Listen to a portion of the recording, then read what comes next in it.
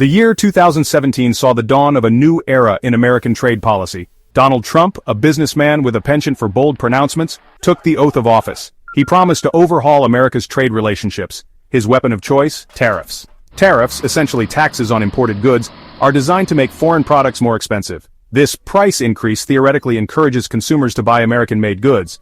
Trump argued that decades of unfair trade practices had hollowed out American manufacturing. He believed tariffs were the key to reviving it. Trump's tariff strategy was ambitious, to say the least. He imposed tariffs on a wide range of goods. These included steel, aluminum, solar panels, washing machines, and a vast array of Chinese products. The tariffs targeted both allies and rivals. They sent shockwaves through the global economy. The stated goal was to protect American jobs and industries. Trump also wanted to reduce the trade deficit, the gap between imports and exports. However, the tariffs' implementation sparked a fierce debate. Economists, businesses, and foreign governments grappled with their potential consequences. The world watched as the tariff wars began. In early 2018, the Trump administration struck a blow to the global trading system. This move was part of a broader strategy to reshape the economic landscape in favor of American industries. They imposed tariffs of 25% on imported steel and 10% on aluminum. These tariffs were designed to protect domestic industries from foreign competition, which was seen as unfairly subsidized and dumping cheap products into the U.S. market. These metals are essential components in a wide range of products, from cars and airplanes to bridges and buildings. The tariffs aimed to ensure that these critical materials were produced domestically, securing the supply chain for key industries. The administration justified the tariffs on national security grounds, arguing that a robust domestic steel and aluminum industry was vital for defense. They claimed that relying on foreign imports for these materials could compromise national security in times of conflict or trade disputes. The tariffs immediately impacted key trading partners like Canada, Mexico, and the European Union. These countries were some of the largest exporters of steel and aluminum to the United States, and the tariffs disrupted long-standing trade relationships. These allies cried foul, arguing that their steel and aluminum industries posed no threat to U.S. national security. They viewed the tariffs as a protectionist measure rather than a legitimate security concern. They retaliated with tariffs of their own on American goods. This tit-for-tat escalation led to a trade war, affecting a wide range of industries and creating uncertainty in global markets. The steel and aluminum tariffs marked a significant escalation in Trump's protectionist agenda. This approach was a stark contrast to the free trade policies that had dominated U.S. economic strategy for decades. They signaled his willingness to use tariffs aggressively, even against allies. This aggressive stance was intended to force trading partners to negotiate more favorable terms for the United States. This approach marked a departure from decades of U.S. trade policy, which had generally favored free trade agreements and multilateral negotiations. The shift towards protectionism was seen as a way to prioritize American jobs and industries. The impact on the domestic steel industry was mixed. While some companies benefited from reduced competition, others struggled with the increased costs of raw materials. Steel producers, buoyed by the protection from foreign competition, ramped up production and hired more workers. This led to a temporary boost in employment and economic activity in the steel sector. However, downstream industries, those that use steel and aluminum as inputs, faced higher costs. These increased costs were often passed on to consumers, leading to higher prices for a range of products. These industries, which include automakers, manufacturers of heavy machinery, and construction companies, argued that the tariffs would ultimately harm their competitiveness and lead to job losses. The long-term effects of these tariffs on the broader economy remain a topic of debate among economists and policymakers. The Trump administration's most consequential trade battle was with China. This conflict marked a significant shift in U.S. trade policy, reflecting a more aggressive stance towards Beijing. The U.S. and China, the world's two largest economies, had long been locked in a complex and often contentious trade relationship. This relationship was characterized by mutual dependence and rivalry, with both nations vying for economic supremacy. Trump viewed China's trade practices, including forced technology transfer and intellectual property theft, as a major threat to American economic interests. He believed that these practices were undermining the competitiveness of U.S. companies and eroding the country's technological edge. In 2018, the Trump administration imposed tariffs on $360 billion worth of Chinese goods. These tariffs were intended to pressure China into changing its trade practices and to protect American industries from unfair competition. These tariffs, which started at 10% and later rose to 25%, covered a vast array of products, from electronics and machinery to clothing and furniture. The impact was felt across various sectors, affecting both businesses and consumers. China, in turn, retaliated with tariffs on American goods, particularly agricultural products like soybeans. This move targeted a key sector of the U.S. economy, hitting American farmers hard and creating significant political pressure. The trade war between the U.S. and China escalated rapidly, with both sides imposing wave after wave of tariffs. The tit-for-tat measures created an atmosphere of uncertainty and tension, affecting global trade dynamics.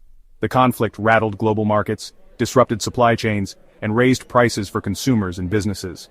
Companies had to navigate a new and unpredictable trade environment, leading to increased costs and operational challenges. The trade war also cast a shadow over the global economy, fueling uncertainty and slowing growth. Economists warned that prolonged trade tensions could lead to a global economic downturn, affecting countries far beyond the U.S. and China. Despite several rounds of negotiations, the trade war dragged on for over 2 years. Both sides struggled to find common ground, with deep-seated issues and mistrust complicating the talks. In January 2020, the two sides signed a Phase 1 trade deal. This agreement was seen as a step towards de-escalation, but it was only a partial resolution of the broader conflict. This deal included a commitment from China to increase purchases of American goods and address some intellectual property concerns. However, it did not fully resolve the underlying issues that had sparked the trade war. However, the deal left many of the most contentious issues unresolved. The future of U.S.-China trade relations remained uncertain, with both sides wary of each other's intentions and the potential for further conflict. Trump's tariffs came at a cost. One of the most immediate and visible impacts was higher prices for consumers.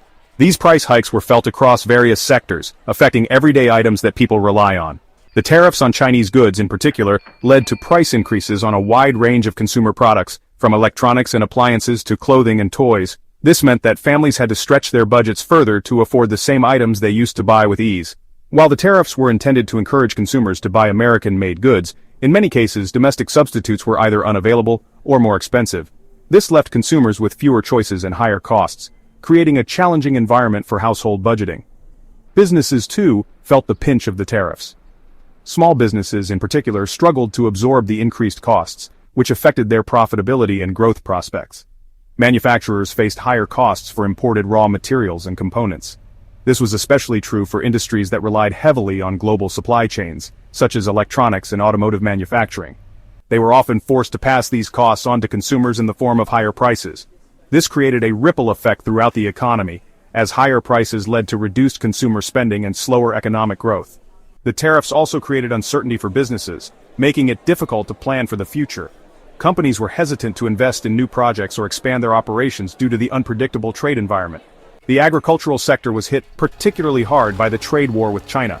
Farmers, who had already been facing challenges from changing weather patterns and fluctuating commodity prices, found themselves in an even more precarious position. China had been a major market for American soybeans, pork, and other agricultural products. The loss of this market meant that farmers had to find new buyers, often at lower prices, which further squeezed their margins. The retaliatory tariffs imposed by China devastated many American farmers, who saw their export markets evaporate overnight. This sudden loss of income led to financial distress and, in some cases, farm closures. The Trump administration provided billions of dollars in aid to farmers hurt by the trade war. While this aid offered some relief, it was not enough to fully compensate for the lost markets and long-term damage. However, many economists argued that these subsidies were a band-aid solution that did not address the underlying problems caused by the tariffs. The long-term impacts of the trade war continue to be felt across various sectors of the economy, highlighting the complex nature of global trade relationships. Section 5. Retaliation and Retrenchment. The Global Backlash. Trump's tariffs did not occur in a vacuum. They provoked a swift and forceful response from other countries. The European Union, Canada, Mexico, and other U.S. trading partners retaliated with tariffs of their own on American goods. These retaliatory tariffs targeted products that were politically sensitive in the U.S., such as bourbon from Kentucky, motorcycles from Wisconsin, and orange juice from Florida. The goal was to put pressure on Trump by inflicting economic pain on his supporters. The tariffs also strained relationships between the U.S. and its allies. The European Union in particular was angered by the Trump administration's decision to impose tariffs on steel and aluminum on national security grounds. The EU argued that it was a close ally of the U.S. and that its steel and aluminum industries posed no threat to American security. The tariffs contributed to a broader trend of rising protectionism around the world. As the US retreated from its traditional role as a champion of free trade, other countries followed suit. This retreat from globalization raised concerns about the future of the rules-based trading system that had underpinned global economic growth for decades. The outcomes of Trump's tariffs were, well, a mixed bag. Some industries saw a boost in domestic production, while others struggled with increased costs and supply chain disruptions. The overall economic impact remains a topic of debate among experts.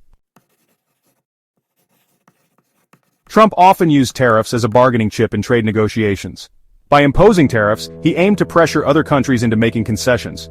This strategy was particularly evident in the trade war with China, where tariffs were used to push for changes in trade practices and intellectual property protections.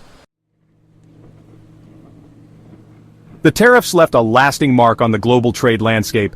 They prompted countries to rethink their trade policies and relationships. Some nations sought new alliances and trade agreements to mitigate the impact of US tariffs, leading to a more fragmented and complex global trade environment. In the end, Trump's tariffs created a legacy of disruption. They challenged long-standing trade norms and forced businesses and governments to adapt to a new reality. Whether this legacy will be seen as a positive or negative chapter in economic history remains to be seen, but its effects will be felt for years to come.